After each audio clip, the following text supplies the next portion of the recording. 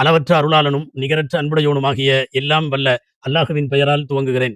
அருமை நாயகம் முஹம்மது ரசூலுல்லா ஸல்லல்லாஹு அலைஹி வஸல்லம் அவர்களின் மீதும் நற்பாக்கியங்கள் நிறைந்த அவர்களுடைய உம்மத்தின் மீதும் குறிப்பாக இக்காணொளியில் இணைந்திருக்கிற நம் அனைவர் மீதும் எல்லாம் வல்ல அல்லாஹுவின் நல்லருள் என்றென்றும் நிறைவாக உண்டாவதாக. ஆமீன்.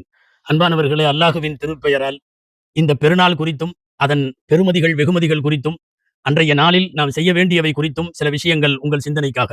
அன்பானவர்களே, பெருநாட்கள் என்பது ஈதுல் ஃபித்ர் என்பதும் ஈதுல் அத்ஹா என்பதும் இஸ்லாத்தினுடைய ஷஆயிர் என்று சொல்லக்கூடிய புனிதமான நினைவு சின்னங்களில் ஒன்றாகும்.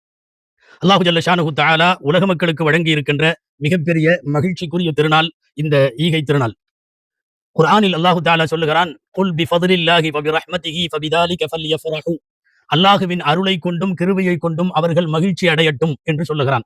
அந்த அடிப்படையில் இறைவன் வழங்கிய வெகுமதிகளுக்காக வேண்டி மகிழ்ச்சியாய் இருப்பதும் மகிழ்ச்சி பெறுவதும் மகிழ்ச்சியோடு இருப்பதும் இஸ்லாமிய பார்வையில் அனுமதிக்கப்பட்ட ஒன்று. அந்த அடிப்படையில் இந்த பெருநாள் மகிழ்ச்சிக்குரிய பெருநாள். எம்பெருமானார் முஹம்மது ரசூலுல்லாஹ் ஸல்லல்லாஹு அலைஹி வஸல்லம் சொன்னது உங்களுக்கு நினைவிருக்கும். லிஸ்ஸாயிமி ஃபர்ஹதான், நோன்பாளிக்கு 2 மகிழ்ச்சிகள். ஃபர்ஹத்துன் இன்த ஃபித்ரிஹி, ஒன்று அந்த நோன்பை விடுகிற நேரம்.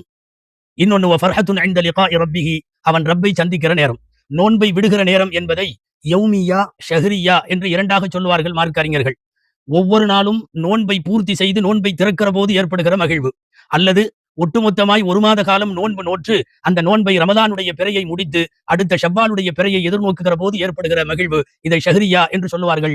ஆக மகிழ்ச்சிக்குரிய திருநாளாய் எல்லாம் வல்ல அல்லாஹு ஜல்ல ஷானஹு தஆலா இந்த பெருநாளை நமக்கு ஆக்கி தந்திருக்கிறான்.